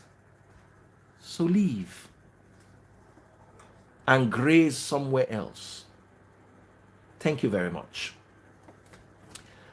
Now, I'm going to bring a few people in real quick. Let me hear your views. But I'm gonna round off very quickly because I'm tired, and I'm coming back later today to talk about Regina Daniel's husband and his comments on polygamy. So hello. How are you doing, ma'am? Hey, Daddy Freeze. How are you doing? Oh my God, Daddy Freeze, I love you, Daddy Freeze. Love you too, ma'am. I watch you every day. I'm not a Christian, I'm a Muslim, but I watch your Sunday sermons, and I'm a Ghanaian. Oh, wow. Thank you so So much. I'm joining you from the United States. My name is Mariam. I always comment. So Oh, Miriam, nice to meet you. I just saw you. I said, you know what? I'm gonna call you up. So, what are your nice to thoughts? meet you. What are your thoughts about everything I've been saying? Oh my God, Daddy Freeze. I'm married. I've been married for 9 years, and I have three beautiful babies. Right? I have two girls and a boy. But guess what? My mom will always pray for me that, oh, may you have more babies, may you have more kids. I said, what for? I have girls and boys. I don't need more kids. Hmm. He's like, no, three is not enough. Have more. I said, no. I wanted two, and God gave me a bonus. I'm glad. I'm done having kids. That is free. It's not easy over here in the United States. The more kids you have, the more problem you got. So one, two, Hmm. or three is good. So we good. All right. I Awesome. Daddy Chris. Hi. How are you doing? I'm good, big bro. How now? Rita, my darling Uh, sister. How are you? What are your fine. thoughts? That message really touched me. It was yeah, it was really touching, and a lot of lessons to be learned from your experience as well. You Hmm. know, so I got married at the age of 22. Uh, so pretty much been with my husband for 10 years. And as I said initially, I was only able to started having kids at the age of 23. Hmm. And I can just remember it wasn't that I was forced into it or any of that. I just felt, you know what, yeah, it's the time. Hmm. But I think I saw the same video you might have seen that stated, you know, the best time to get married is in your late 20s and 30s. Um, Before I saw that video, I used to think, no, it's got to be way before then. But I know the pressure. I know what I felt. You know, being married wasn't easy at that age, and obviously having kids and trying to build a career and all of that. So yeah, it's by God's grace, you know, that I was still able to carry on in the marriage, and yeah, being here today, it's not honeymoon. Marriage is no, it's not a bed of roses, you know. No. Now, another thing I wanted to talk about real quick was the manipulation of the previous generation. That's our parents, how they used to emotionally manipulate us. Like the post where it came from. I borrowed 350 pounds to buy bag. It reached time to collect them back. She's telling me she carried me for 9 months. What's your take? Hmm. So that is free. So let me tell you, especially people in abroad, our parents back home. Oh my goodness, that is free. So for me, I have a salary for my mom. So my dad is late. On the on the 28th of the month, money grab. Yes, sir. $200 every month for my mom. It's just her salary. My take on it is there's something called life insurance. Okay. Yeah. And a lot of our African parents don't believe in life insurance.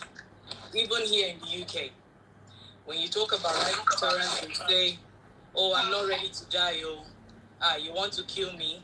You know, and that's the mentality a lot of our parents have. They believe that their children are their retirement plan. Yep. I am one of those that I'm lucky that my mom isn't like that. My dad's late, so yeah. My mom didn't even ask for what do you call it, dowry or any of that, you know. So yeah, I'm one of those that's been lucky like that. But you're lucky.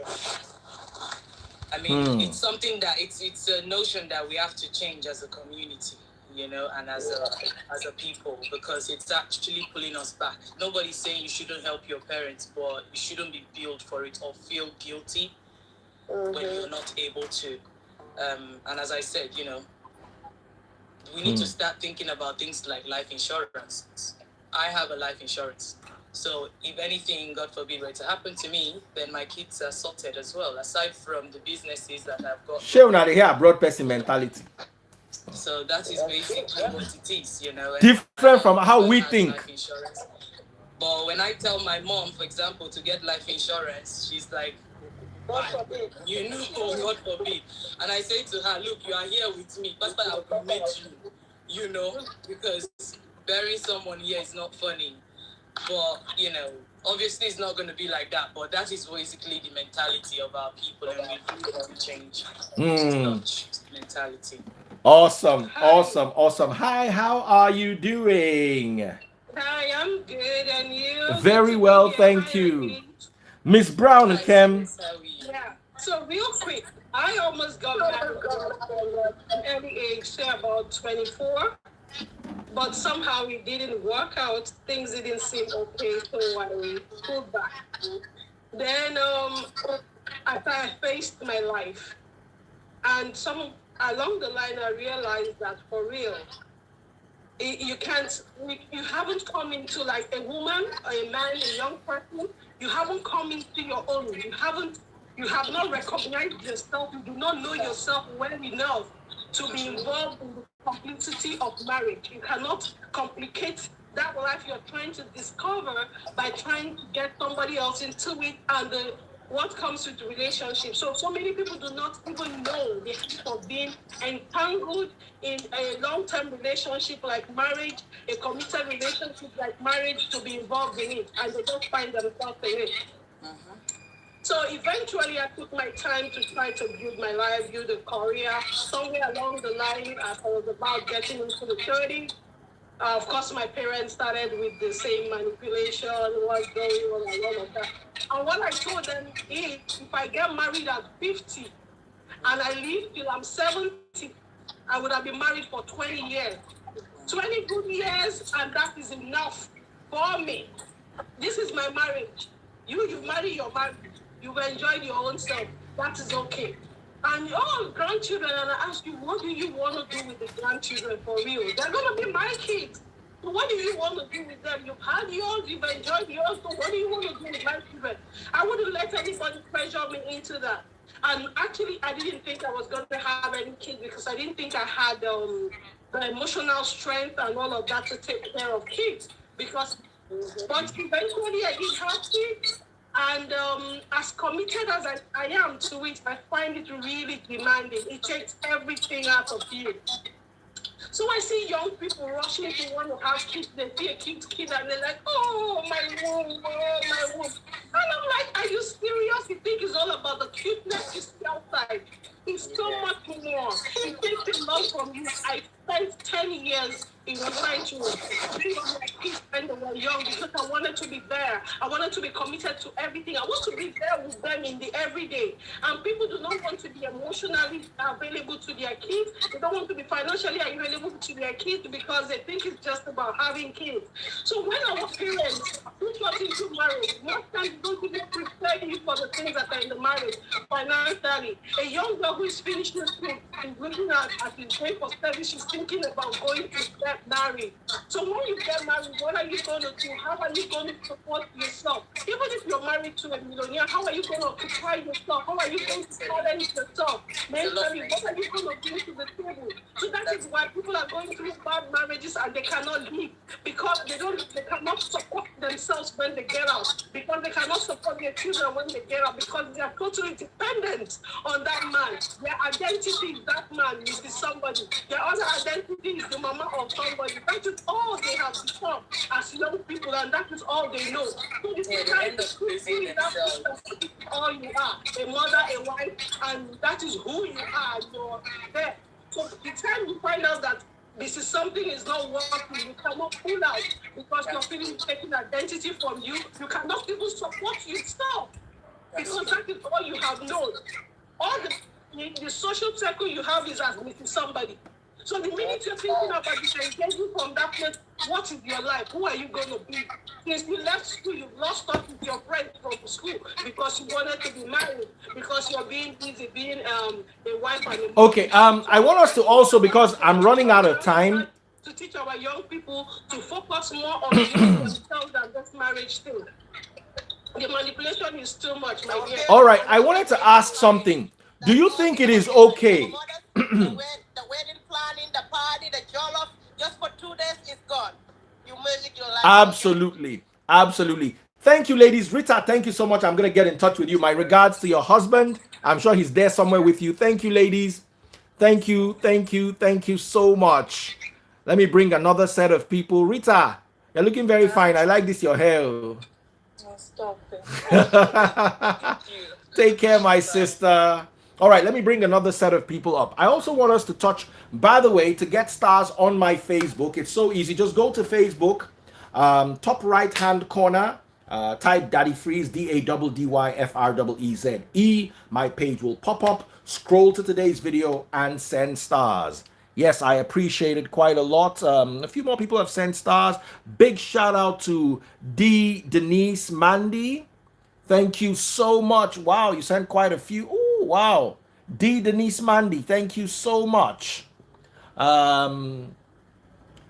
We also have Denise Mandy sent about 1,149 stars. Ola OJ 1350. Thank you guys so much. Ola OJ, I hail you. Obianuju Quentin, thank you so much. 1,000 stars. Maria Ehigiator, another 1,000 stars. Thank you guys. Thank you.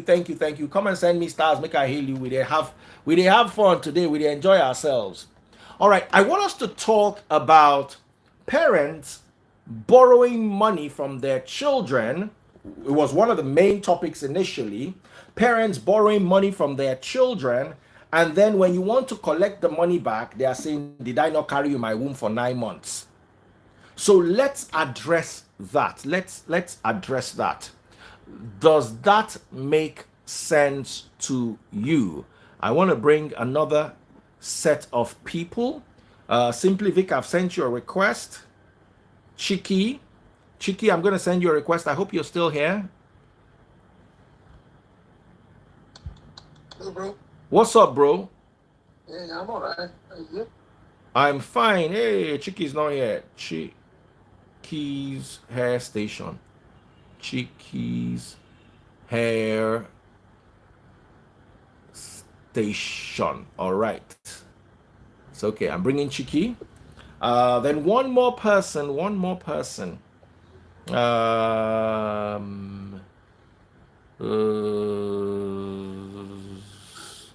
Chiki, how you doing, my sister? I'm very fine, thank you. Hello. Hi, how are you? How are the kids? They're good, thank you. All right. Did you see the post about a mother? Hi, Daddy Freeze. Hi, my darling. How are you doing? Did you see the I'm post? fine, thank you. I'm sure you all saw the post about the mother asking her child for a loan, borrow me money. And then when you ask for the money back, she said it's that did I not raise you? What is your take?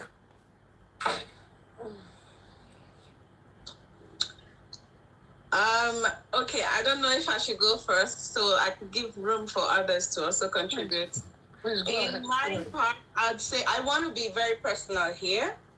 And I'm not speaking as in general notes, so everybody's entitled to their opinion.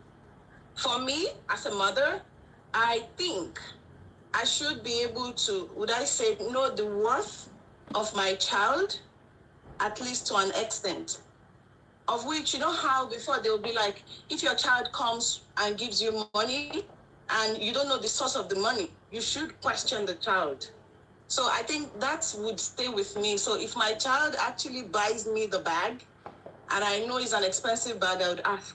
But for me to borrow the money from him or her to buy the bag, I don't think I'll be buying a bag worth $350 to start with. I won't. That's too much. So I won't borrow money for that.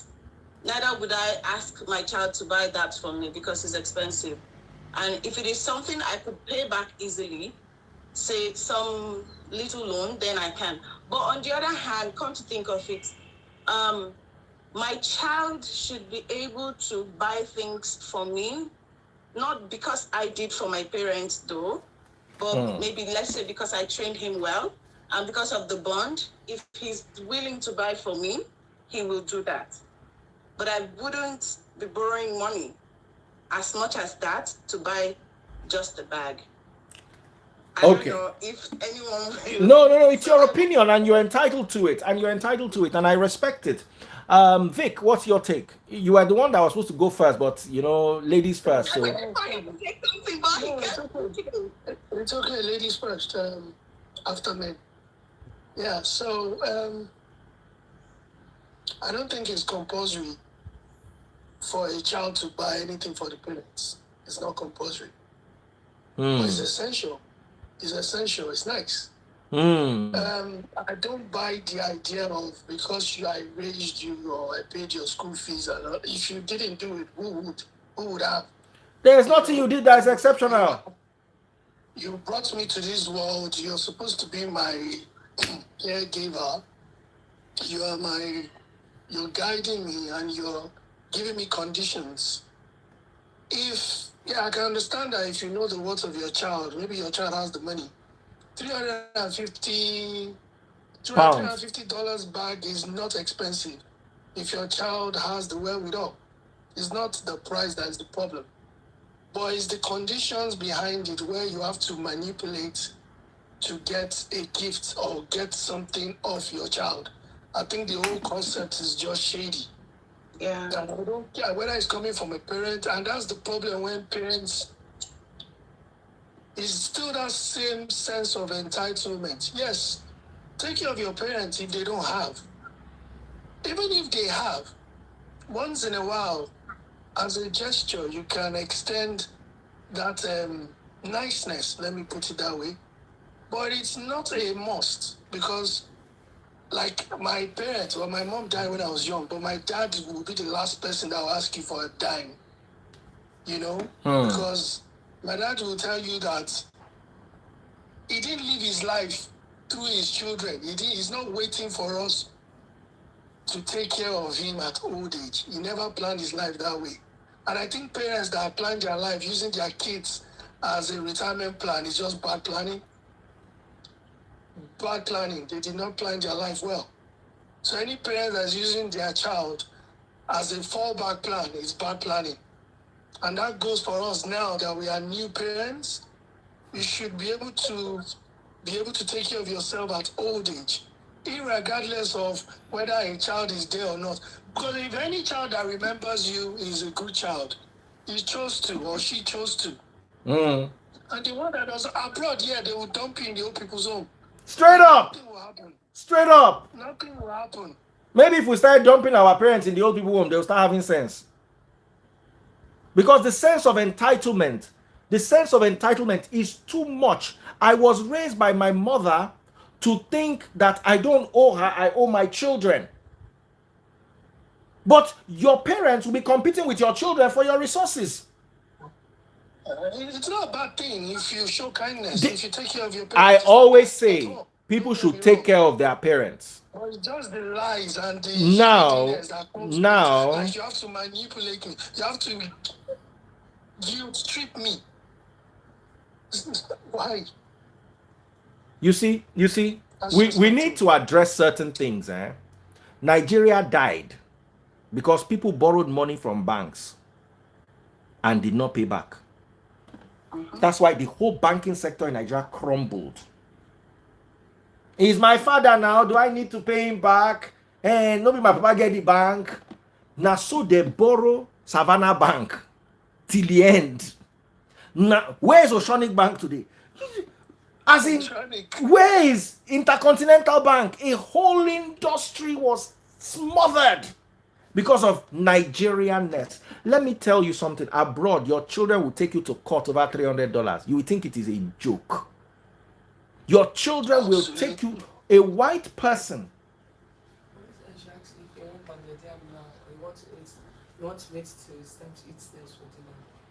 Yeah, and to add to what that Fizz is saying, I'm coming down to see her.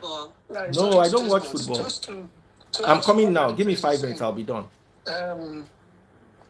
I think it's also something that we should all still try to look at when it comes to our association with our parents and also our association with our children, because our kids are watching us. Yes, some of us are abroad and our parents are simply Vic. in Nigeria. Vic, I studied sociology as my major and psychology as minor. A lot of people don't understand how important your subconscious is. Those of you that think it is okay for your mother to borrow money from you and not pay back, you are Nigeria's problem. Absolutely. The same way. Come to think of it, I don't think it is wise for a parent. Wait, let me even finish. You will be okay. Listen, you will be okay to promote your brother into an office he does not deserve to be in because he's your brother. Let's flip the page. It's not okay as well for a child to go and borrow money from the dad or mom and not pay back? It's not okay. Let me give you an example, Vic. When I was buying, Vic, do you remember my black Mercedes? So if he's willing to buy back next time, I will not do it again. Not me asking for a bag worth $350 after knowing my child is going to actually end up borrowing that money to even buy the bag, or me. Now, let's also discuss this. There are some comments that I'm seeing. Some children are very stingy. Listen, your children don't owe you diddly. You have to come to that. If your child decides to be nice, he is nice. It is your child is not giving you any money, stingy. At least you know me. I can give out my eyes. But because I am nice, doesn't mean you can magnanimity. You take it for stupidity. Okay? Because somebody is nice or somebody is ready to part with their resources. You know, some people like to take a piss. Whether father, mother, cousins, all these extended family, they can take it. The day you are giving them, you are the good, the best. The day you say no, you become an enemy. Yes, now. So it's just weird. It's just very weird. Your children don't owe you anything. Take anything they give you, be grateful. Some children will take their parents to old people's home and leave them there. And they have not done bad children because they just realize that they can't take care of you. So if your child decides to give you £1 or $1, be grateful. The Bible says, honor your father and your mother. Honor means respect. Don't monetize. In Nigeria, we like to monetize everything. I see a comment here that says something about parents owe their children. I think to an extent that is wrong. Why did I say so? If I'm able to give birth to my child, train my child the best that I can, to a certain stage of life that he or she attains, I feel he's independent and should own up to whatever he's doing. So I don't own him food, shelter, and otherwise, depending on his situation or circumstance. Yes. You know what my dad told us? My dad said the only legacy I can give you is education. Because if you're educated, you are liberated. Anything after that, you are on your own. Yeah. I told my wife, once our children are 25, I will personally take them out of this house. By 25, You see, most of the people, If I want to, most of the people that are saying it's not that deep. come to terms that, okay, now I'm helping you because I want you to be able to stand, and this is what I demand that you do. So if you want me to help you as my child, you've gotten to the stage where you are able to stand on your own, but you are perfectly not standing by yourself, which is a decision you made on your own. Okay, let this lady say, let me bring somebody else. Thank you so much, she's my darling sister Chixie. Thank you. Lovely talking to you and lovely hosting you. Yes. Let's start this I don't know how to put it. The situation of, as a we now that is a mother, young fathers, let's start preparing for ourselves. You are training your child, at the same time you are preparing yourself for your old age, your retirement too. That's it. I don't want to just, when you are training your child, prepare yourself too to take care of yourself on your old age. Failure to plan is planning to fail. That's how we make you. Somebody If you said want your to mom born is going to 5 go. you go born one. That's why. You go take the remaining one. My mother is Oyinbo. Oyinbo culture works. Nigerian culture does not work. That's why you are running abroad. You are typing. You are running abroad. You think Oyinbo land, Canada, US, the UK, you think it was built with Nigerian sentiments and Nigerian nonsense? I didn't tell you. Because if you start thinking Listen, like that, I don't have a problem. like that. I don't have a problem with my mother saying, buy this for me. I have a problem with my mother saying, borrow me and then not paying back. Because simply, Vic, remember when we wanted to host the London service, at a point we needed money. We went back and forth, I think for about an hour, me, Taste Buds and Simplific, how we're going to raise money, where we're going to get the money from to have the event. Simplific was willing to bring a certain amount of money that was very large. Me, I was trying to pin it down because I do not know how to owe people money. And the plan was whatever we borrow, do you understand? Whatever we borrow from you, we will pay you back. So we can run our church event, that event on Sunday.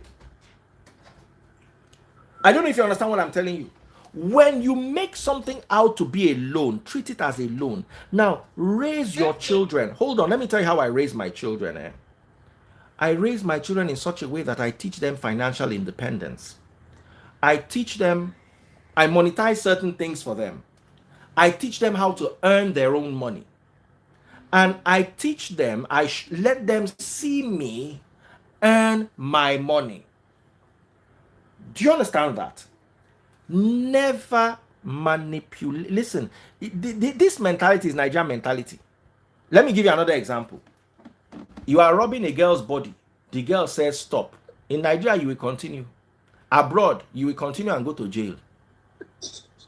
Is that same? You see, you think it's a small thing, but you see, my problem with Nigerians is the average Nigerian's IQ is so abysmally low.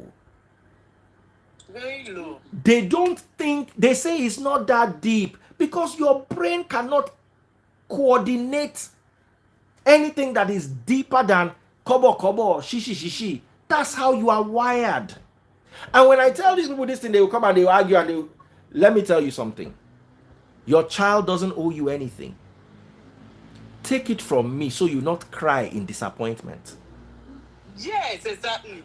You know the funniest thing about people like us, if you borrow money from me now, for example, by nature, you will never, I will not, if you tell me, if I give you money December 1st, and you tell me you will pay back January 1st, But that January 1st, I won't even ask you. I'm that kind of person.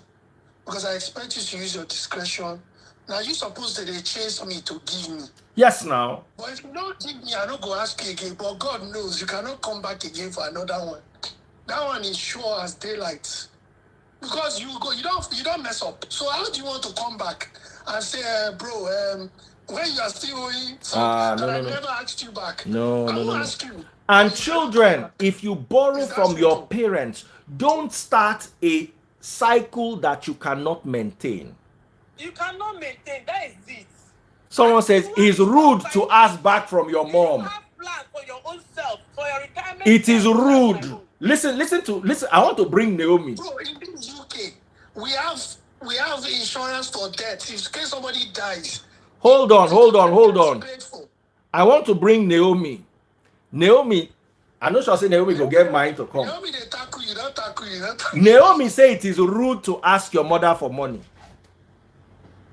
They're not born and well. Naomi, come now. You run. I go call you today. Go. You see, let me tell you something. She's laughing. Some people are afraid to tell their parents the truth. That's why they are the way they are. If you cannot sit your parent, I'm never afraid to tell anybody the truth. You will beat me, you will cut my head last. But that truth, you will hear it. I owe you out of respect to communicate the truth with you. My dad used to tell me that I have bad mouth, but now me they listen to pass because I will still say the truth. But it's not bad mouth. That is true. There is something I want to say. There is this guy. Make una leave Naomi for me, oh. There is this guy that wanted to get married to me. That was last 2 years ago. Yes. He's a naval officer. So we went for a dinner. You know, we are discussing. He said he likes me, he wants to get married to me. You know, we are talking about future. He said he wants to have 4 children, 5 children.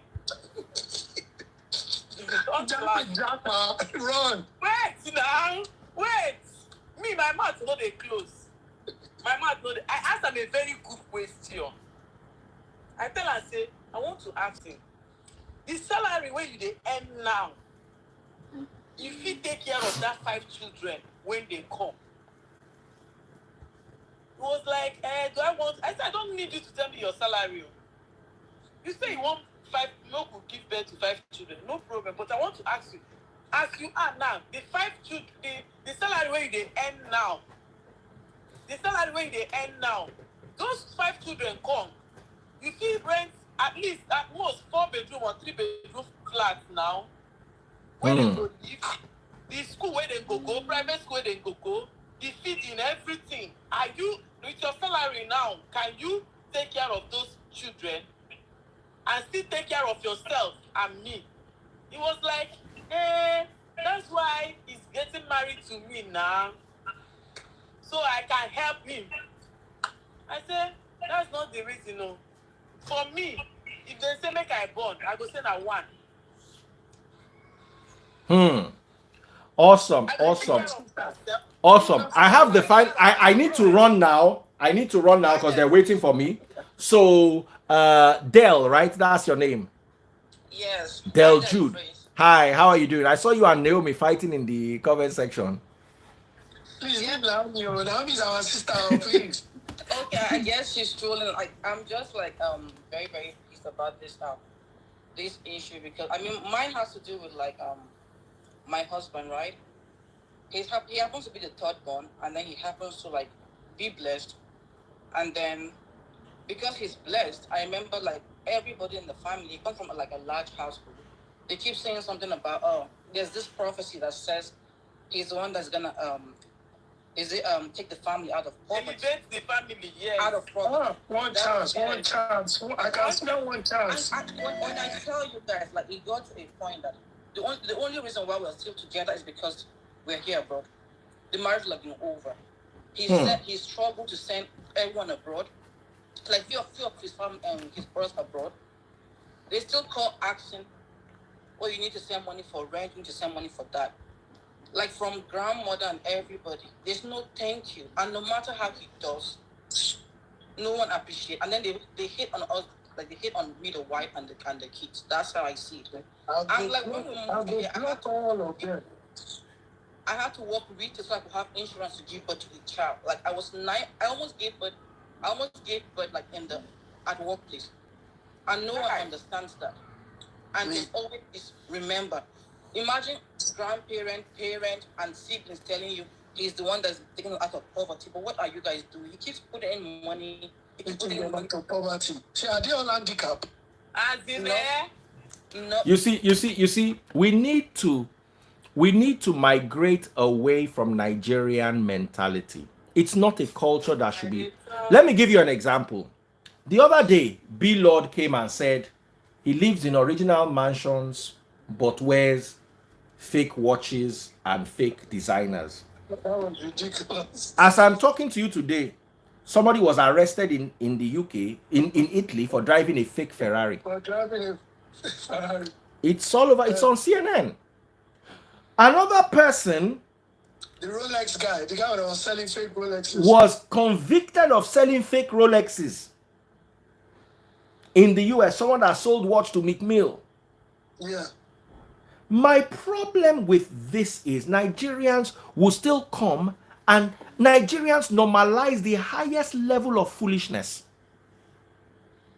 As in, Nigerians normalize emotional blackmail as normal. Yeah. Counterfeiting, that is a crime, is normal. Are you the one that will tell me what to do with my money? No. Let me tell you something. Do you know this guy that owns Billionaire? What's that guy's name? The Billionaire Fashion. Yeah. What's the guy's name? Oh, I've forgotten the guy's name. The guy bought Ferraris, like 2 or 3 Ferraris. Now he was promoting his new shoe. He was now pouring champagne on the Ferrari, and there were some naked girls dancing on the Ferrari. Ferrari took him to court.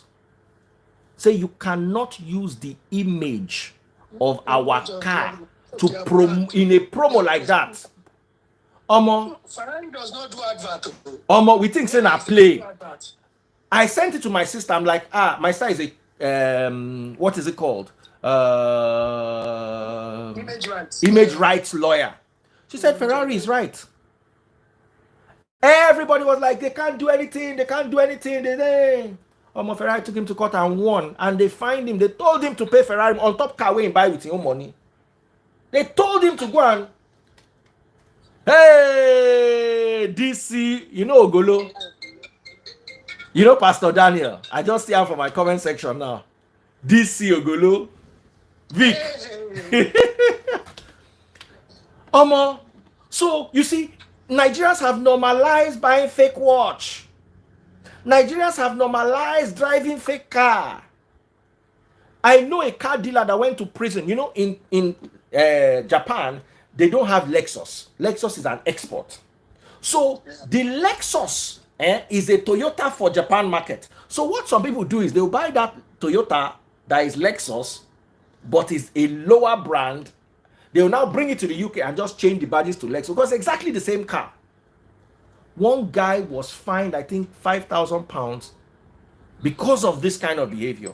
In Nigeria, you will do it and get away free. So don't normalize counterfeiting. Don't normalize the fact that your mother carried you in her stomach for 9 months. What would she have kept you inside the fridge? What other option did she have? Let me tell you, one guy told his mother that his mother was saying all these things. He said, Mommy, unless you sent me to the moon, there is nothing you have done that mothers don't do. What you did is the default setting of every woman that calls herself a mother. What makes you a mother is you carry a child for 12 months. That is it. It is not, you don't, when you give birth to a child, you don't go to Harvard and they give you a degree for giving birth. At all. You have done what they did to bring you. There's nothing special. I carried you in my womb for 9 months. What you have done? We have kept me inside cooler. Stop it. That's the reason why. It is immature. Hold on. I put it to any mother that behaves like you are immature. If you threaten your children emotionally, you are immature, and you need to go and reevaluate the way you think, because you are not, when listen, how do you teach your children to borrow money and not pay back? How do you teach them? How do you think children learn? Financial this thing to their life in future. Listen, by example. Nigerian banking system died because people borrowed money and did not pay back. Don't raise children. Don't raise children. You see, Nigerians want the beauty of abroad with the stupidity and normalizing of Nigerian foolishness. They want that abroad. But when the problem is, abroad cannot be abroad if they were thinking like us. At all. Have you ever tried? Police ever caught you before? You know, Nigeria police will catch you. Oh God, nah, oh God, thank you, oh God, yeah. No.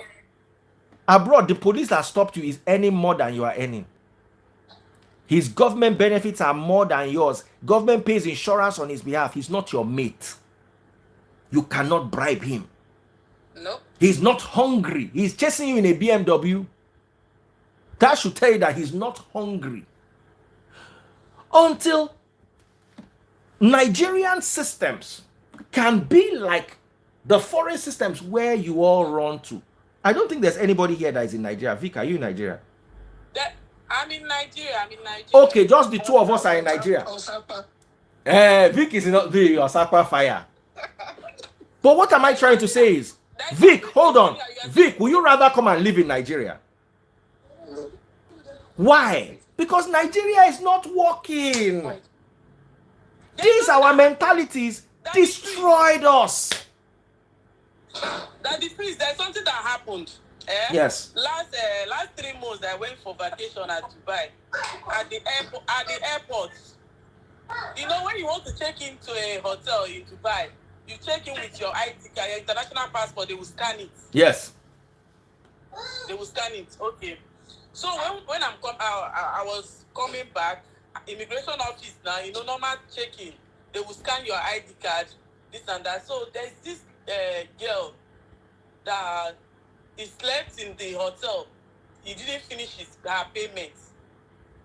So immediately they scan it. That's the system that is working. Immediately they scan it. They not ask her. It was in my front. They not ask her.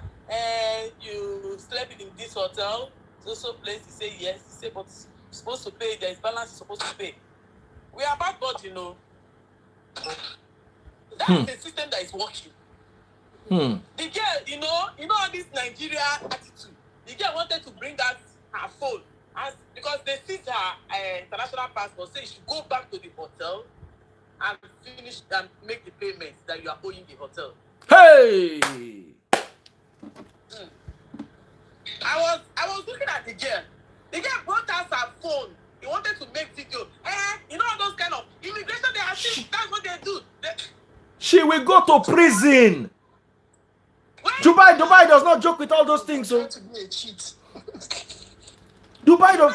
Anyway, guys. She brought out her phone to do that video. I told her that if you carry down your phone, make that video. I will make my own video. They do you video now. They tell them say you dey own for hotel where you sleep, no pain. I mean they do this thing. This is one that they do for Nigeria. When I go carry and come for the country, where we say when I don't say, they scan you.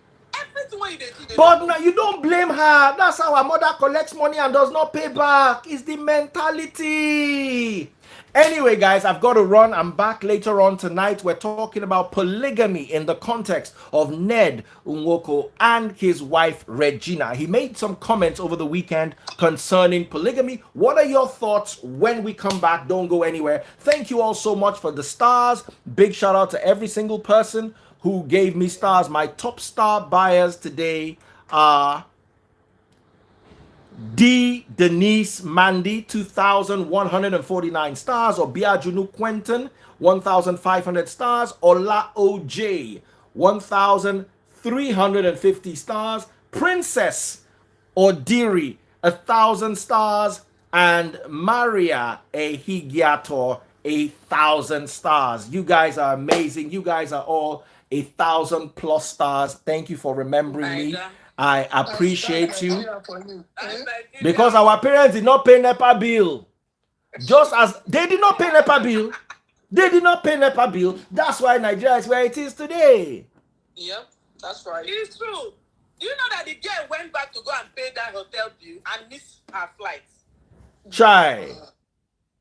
You see? All right. Take care, bro. All right, guys, take care. Love you all. I'm still waiting for people to come and get me stars because there's no light. Does not mean you should not buy stars. Come on over and get stars. Thank you all so much. Chiki, thank you. Rita, thank you. Thank you, Deli, and thank you, my lovely sister, Queen Dallin. Thank you guys so much. I love you guys. Thank you. Thank you. Thank you. Thank you. Thank you. Take care, everyone. Love you guys. Hope to see you a little later. Parents, teach your let me shine light in my eyes so people know I'm not joking. Parents, stop normalizing manipulation. Stop normalizing emotional blackmail. Wait first, all of you, as you are leaving now, go and buy stars on my Facebook. Go to your Facebook page, search for Daddy Freeze, DADDYFREEZE, and then you will see today's video. Go there and buy stars now. I'll be up by midnight Nigerian time. Try not to miss it.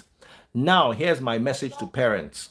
Parents, stop manipulating children. Stop normalizing lying. When you take a loan, even if it's from your child, pay it back.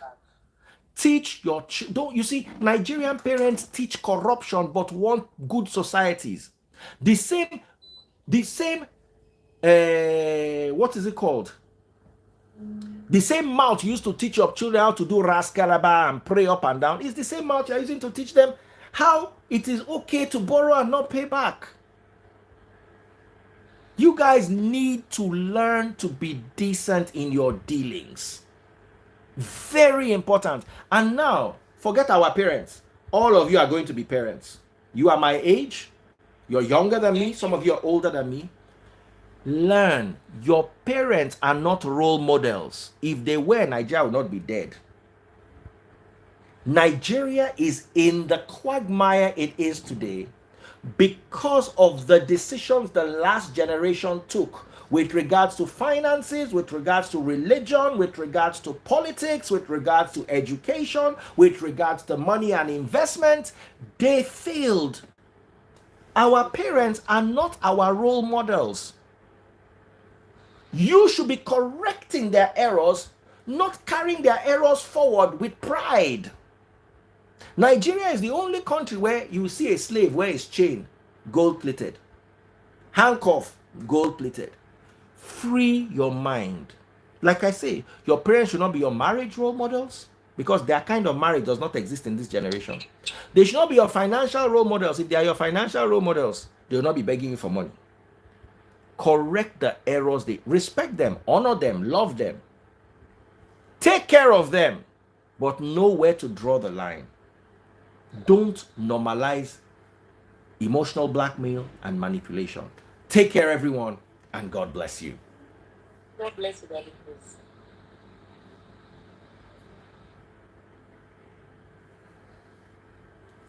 For those of you who got me stars, thank you all so much. I truly appreciate you all. Thank you, thank you, thank you, thank you. All of you who came to my Facebook page, thank you all so much. Take good care of yourselves. TikTok people who sent me gifts, thank you so much. Share the message on YouTube. Share the message on Facebook. Thank you guys so very much. I appreciate you all. You guys are absolutely amazing. Thank you. Thank you. Thank you.